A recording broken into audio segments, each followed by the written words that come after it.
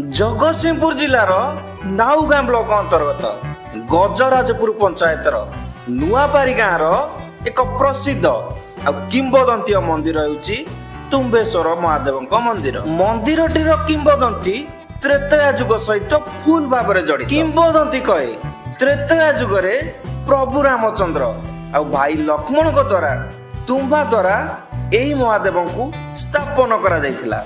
तुम्बा हेउची जोगी मानक द्वारा भिक्षावृत्ति कखारू निर्मित होइतबा पात्रटी। एहा सहित एक गोपालर गाई सबुदिन गोटे निर्दिष्ट जगार आसी क्षीर देउतिला। ए कथा राजांक कानरे पड़िबा परे राजा सेही स्थानटी को खोली शिवलिंगटी बाहर करथिले एवं सेटारे एक मंदिर स्थापन करथिले। एही भली एक सुंदर और किंवदंती मंदिरर फुल वीडियोटी महापात्र 2.0 चैनल रे यूट्यूब रे आपण मानकु बहुत शीघ्र मिल जिवो।